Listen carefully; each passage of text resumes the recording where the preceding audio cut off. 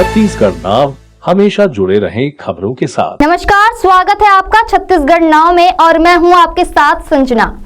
रायगढ़ की राजनीति किस तरफ जा रही है, इसका अनुमान लगाना अब बहुत मुश्किल हो रहा है।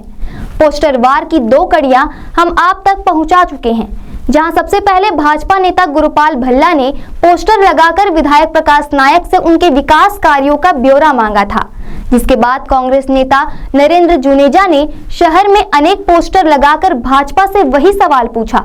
छत्तीसगढ़ नाव पर हमने दोनों ही नेताओं से इस बारे में बात की, लेकिन अब आशीष ताम्रकार ने महापौर और सभापति से पोस्टर लगाकर 10 सवाल किए हैं। तो अब आपको दिखाते हैं पोस्टर वार पार्ट 3, जिस पर बातचीत के लिए हमसे जुड़ रहे हैं पूर्व पार्षद आशीष ताम्रकार।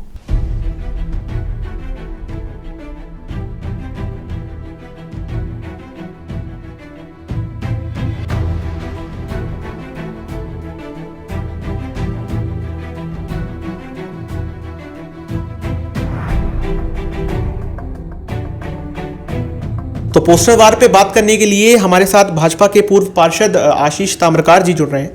सर, स्वागत है आपका सबसे पहले तो। और सबसे पहला सवाल जो हमने बाकी 2 नेताओं से भी पूछा था कि ये जो पोस्टर लगा के सवाल पूछे गए हैं, ये पूछ कौन रहा है? निश्चित रूप से जनता पूछ रही है। और आप 2 जनप्रतिनिधि से बात किए हैं। अगर कांग्रेस के जनप्रतिनिधि हैं तो ये सीधे बोले कि आशीष ताम्रकार का सवाल है, ये 10 सवाल जनता की नहीं है और जनता इस 10 सवाल से कोई सरोकार नहीं रखता, ऐसा वो जवाब दें। देखिए, मेरा स्पष्ट मानना है कि जनता के बीच में काम करने वाले लोग, हम भारतीय जनता पार्टी के लोग हैं। मैं 20 साल नगर निगम में पार्षद रहा हूँ और जनता के हित में बात करना, जनता के हित में काम करना हमारा उत्तरदायित्व है। और हम जनता के बीच में जब जाते हैं और जो शहर की मांगे हैं, मतलब जनता की मांग है, उस मांगों को हम अगर सत्ता में हैं तो उस माध्यम से पूरा करने का प्रयास करते हैं, विपक्ष में हैं तो उसके माध्यम अलग हो जाते हैं। लेकिन हर एंगल से जनता के हित में हमारा काम करना हमारा उत्तरदायित्व है। और जितने मैंने बातें की है 10 बिंदु की, 10 बिंदु मेरी नज़र में भी है। मैं 20 साल नगर निगम में पार्षद रहा हूँ और जो जनता के हित में जो काम होना चाहिए था 3 साल के कार्यकाल में नगर पालिका निगम के या फिर 4 साल के विधायक के कार्यकाल का, उन बातों को मैंने अपने होर्डिंग के माध्यम से एक विपक्ष की भूमिका अदा करते हुए इन बातों को संज्ञान में लेकर आए कि आप जल्द इन मांगों का जवाब दें या पूरा करें। जनता को आप किस तरफ देखते हैं? क्योंकि जिन 2 नेताओं से हमारी बात हुई, सबका अपना अपना मानना है कि जनता उनकी तरफ है। आप क्या किस तरफ देखते हैं कि जनता इस बार किसके साथ है? देखिए, जनता किसी की तरफ नहीं होती है। जनता ये देखती है कि कौन जनता के साथ में है। और मैं नहीं समझता हूँ कि छत्तीसगढ़ के 4 साल की कार्यकाल हो जिसमें विधायक जी का माध्यम हो या 3 साल नगर पालिका निगम का जहाँ महापौर कांग्रेस के हैं सभापति और बहुमत कांग्रेस का है, तो जनता के साथ में तो ये है नहीं। उनका कोई ऐसा कार्य नहीं है जो ये बोले कि जनता हमारे साथ है। तो मैं स्पष्ट मेरा मानना है कि मेरे पूर्व 2 जनप्रतिनिधि आपको क्या बोले हैं, मैं तो अभी चैनल के माध्यम से देखा नहीं हूँ, ये देखूंगा तो और स्पष्ट होगा। लेकिन किसी भी दृष्टि से जो वर्तमान जनप्रतिनिधि वो जनता के साथ में नहीं है। इस तरह की बातें करने के लिए मतलब सवाल जवाब होना चाहिए भी विपक्ष और पक्ष के बीच में, लेकिन इस तरह की बात को आमने सामने की बैठक में भी किया जा सकता है। मेरे ख्याल से इसमें जवाब मिलने के ज़्यादा आसार है। तो इसको ये ड्रामेटिक रूप क्यों दिया जा रहा है, पोस्टर लगा के सवाल पूछना? निश्चित रूप से मैं स्वागत करता हूं आपके चैनल के माध्यम से, समाचार चैनल के माध्यम से। अगर कोई कांग्रेस का जनप्रतिनिधि इसी तरह हम दोनों आमने सामने बैठे रहे तो स्पष्ट हो जाएगा और बिल्कुल पारदर्शिता के साथ में हमारी भावना पहुंचेगी और जनता के साथ में कौन है कौन नहीं है और कौन इसमें व्यर्थ की राजनीति कर रहा है स्पष्ट हो जाएगा। देखिए, हमारा माध्यम, अगर आपको पब्लिक के हित में काम करनी है तो आपका चैनल है, समाचार चैनल हमारा माध्यम है और फेसबुक आज सोशल मीडिया हमारा माध्यम है। और अगर ये समझें कि अगर पोस्टर हमने लगवाया है तो पोस्टर हमारा माध्यम सार्थक हुआ, क्योंकि आज आप हम बैठ के बात कर रहे हैं और इस बात का हल निकलेगा तो कुछ न कुछ हद तक जनता के हित में काम होगा। मैं मानता हूं कि अगर हमने विषय लाया है तो इस विषय में उनको विचार करना चाहिए कि 10 विषय है, या तो 10 विषय को खारिज करें, ये बताएं कि नहीं आशीष ताम्रकार का सवाल है और इस 10 विषय में जनता को कोई सरोकार नहीं है। ऐसा हमारे अगर कोई कांग्रेस का मित्र, मैंने महापौर सभापति और विधायक इनके पोस्टर में इनके फोटो इनके पद के नाम लेके स्पष्ट सवाल किया है, तो सवाल के माध्यम से इस 10 प्रश्न का उनको जवाब देना चाहिए और ये बोलना उचित नहीं कि जनता मेरे साथ है, जनता के इनके साथ। जनता के साथ आप नहीं हो, ये मेरा मानना है। प्रमुखता किन मुद्दों को आपने अपने सवालों में उठाया, एक सार अगर आप बता सके कि प्रमुख मुद्दे कौन से हैं?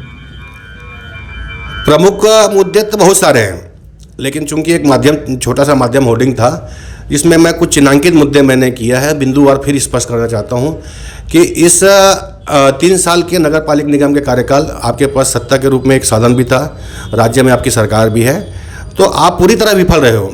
और मूल रूप से मेरा पहला कंडिका है कि सारे विषय विफल होने के कारण आपका कोई भी कार्य जनता के हित में नहीं। जैसे स्वच्छता का विषय है, और स्वच्छता पूरा साफ सफाई पूरी तरह चमरा गई है, ये मेरा पहला मानना है। ये जो मूलभूत समस्या होती है कि कोई भी अगर नगर निगम में सरकार बैठती है तो बुनियादी चीज़ें हैं, पेयजल, सफाई, लाइट, तो इन मुद्दों को उनको पूरा करना चाहिए, तीनों विषय में फैला है। दूसरा ये है कि टैक्स, जिसे नगर निगम के साधन है, जिसके टैक्स के जिससे आय से नगर निगम काम करती है, हमारी नगर पालिक निगम जो है स्थापना व्यय लगभग 70% लगभग स्थापना व्यय हम रिकवर कर पाते हैं, उस टैक्स के माध्यम से वसूल करते हैं। हमारे जो बुनियादी खर्चे हैं नगर पालिक निगम की, उसकी आय भी हम टैक्स के माध्यम से नहीं ले पा रहे हैं, जिससे आपका कर्मचारी की भर्ती है, कर्मचारी का वेतन है, सफाई के जो बुनियादी आवश्यकता को हम व्यवस्था को हम पूरा करते हैं, या पेयजल की व्यवस्था को हम पूरा करते हैं, या लाइट जो स्ट्रीट लाइट है, तो ये स्थापना वैसे ही इसको किया जाता है। इसके 70% ही हम आय को ले पा रहे हैं। ऐसे समय पे आप जहां आम जनता से आप टैक्स लेते हो और बिल्कुल प्रचुरता से लेते हो, और आगे बढ़ के नोटिस दे के तमाम माध्यम अख्तियार करते हो, वार्डों में कैंप लगाते हो, तो ऐसा कैंप एक वार्ड में जिंदल के गेट में लगाना चाहिए। मेरा ये मानना है कि जिंदल जो टैक्स का विषय है, कि मैं अभी वर्तमान में गणना के हिसाब से ऑथेंटिक नहीं हूँ, लेकिन जिसको लगभग लमसम बोला जा सकता है, जब से नगर पालिक निगम नगर निगम के दायरे में आई है, तब से टैक्स अदा करें तो एक अंदाज जो राशि होती है वो 1 अरब रुपये की राशि होती है। और जो हमारा डिमांड है, जो कानून जो हमारा डिमांड है, अगर उसको हर साल अगर देगी तो हर साल लगभग 10 करोड़ रुपए की आय होती है। उस 1 अरब रुपये और हर साल के 10 करोड़ रुपये से एक बिल्कुल एग्जैक्ट राशि नहीं बात कर रहा हूँ मैं, एक मोटा मोटी राशि की बात कर रहा हूँ। ये राशि अगर नगर पालिक निगम को मिलेगा तो आप एक सक्षम नगर पालिक निगम के रूप में कहलाओगे, जिससे आपका नया कर्मचारी अधिकारी जो सेटअप है उसकी भर्ती होगी। सपोज एक एग्जाम्पल की जितने में आज एक ही कार्यपालक यंत्री नगर पालिक निगम में बैठता है, और 4 नगर पालिक निगम में एक कार्यपालक यंत्री होना चाहिए, सह कार्यपालक यंत्री होना चाहिए, और सबीनर की संख्या बढ़नी चाहिए, सफाई दरोगा की संख्या बढ़नी चाहिए। इनकी भर्ती हम इसलिए नहीं पा रहे हैं कि हमारी स्थापना वह नहीं है, और इन राशि की वसूली के रूप में आप ध्यान नहीं दे रहे हो। अगर उनको लगता है कि हमारा प्रश्न ये नहीं है तो स्पष्ट बोले कि हमारा प्रश्न गलत सवाल है और हमको जिंदल से इतना रिकवरी नहीं करना है। अगर उसे जिंदल से इतना रिकवरी करना है तो एक कैंप जिंदल के गेट में लगाइए आप, जैसे वार्ड में आप लगाते हैं। जहाँ तक दोनों नगर पालिक निगम और जिंदल के बीच का विवाद था, माननीय हमने जब टैक्स अधिरोपित किया तो हमारे टैक्स के विषय को लेके वो माननीय न्यायालय के सक्षम गए, और माननीय न्यायालय ने इस बात का कुछ सालों बाद जब तक निराकरण नहीं हुआ, और दुर्भाग्य है कि नगर पालिक निगम का वकील ने बोला कि हम दोनों बैठ के निराकरण कर लेंगे। चूँकि लेट हो रहा था, तो मैं समझता हूँ ये पहल भी अगर उचित पहल रहा होगा, तो उसके बाद भी नगर पालिक निगम में ये विषय आया। हम कोई भी परिषद के बैठक में पुराने विषय के टैक्स को हम कम नहीं कर सकते, वो हम कानून किए थे, और वापस फिर से परिषद में सुनवाई हुई तो परिषद ने इसी कार्यकाल के परिषद में लास्ट बैठक में पुनः निर्णय लिए। निर्णय लेने के बाद में उस कर का अदा करने का उत्तरदायित्व नगर पालिक निगम को देने के उत्तरदायित्व जिंदल का है, लेकिन हमारे नगर पालिक निगम के जो जनप्रतिनिधि हैं हमारे निर्णय को वापस शासन में भेज दिए, जबकि शासन का अधिकार नहीं है। एक आम जनता का जो टैक्स का निर्णय परिषद करती है, उसी प्रकार के जिंदल का टैक्स का निर्णय परिषद ने कर लिया है, अब सीधा रिकवरी करना चाहिए। तो वहाँ पे चुप्पी साधे है, ये मेरा एक आरोप यह है। लेकिन उपलब्धियां भी कांग्रेस की, जैसे देखा जाए रोड को माना जा रहा है, कोतरा रोड ओवरब्रिज एक उपलब्धि मानी जाती है रायगढ़ में, तो इस पर क्या कहेंगे आप? आपका प्रश्न मुझे, चलिए आपने प्रश्न पूछा है तो आपका कहीं ना कहीं कुछ आपने आधार देखा होगा, और या कांग्रेस इस आधार को बनाई होगी। कांग्रेस ये मानती है, कांग्रेस से जो बात हुई तो वो ये मानती है। इसको आप किस तरह से देखते हैं? मेरा प्रश्न ये है। प्रश्न स्पष्ट हुआ कि कांग्रेस मानती है। देखिए, ये केंद्र सरकार के द्वारा दिया हुआ पैसा है और इसमें राज्य सरकार का अंश होता है, और ये इस कार्यकाल के, इस कांग्रेस के कार्यकाल का पहले की निविदा है, और उस निविदा से काम स्टार्ट हुआ है। क्योंकि दुर्भाग्य से नगर पालिक निगम में हमारी सरकार नहीं है या प्रदेश में हमारी सरकार नहीं है, आपने केवल नारियल फोड़ा, श्री गणेश किया है। ये पूरी राशि, पूरी योजना अपना भारतीय जनता पार्टी सरकार के समय की है। तो ये जो अगर श्रेय ले रहे हैं तो आप नेम प्लेट का ही श्रेय है, कि केवल आपका किस्मत अच्छी थी कि आपके समय पे ये मांग पूरी हुई, स्टार्ट हुआ, प्रारंभ हुआ, और मांग लंबे समय से था और कोई भी साधारण व्यक्ति भी जानता है और आप भी जानते हैं कि केंद्र में भारतीय जनता पार्टी की सरकार है और ये योजना केंद्र की है। रेलवे के ऊपर का ब्रिज बनाने का काम केंद्र का है, जो इसके साइड के जो काम होते हैं उसमें कुछ अंश राज्य सरकार का होता है। तो ये केवल नारियल फोड़ने का काम किए हैं जो इनके किस्मत में था।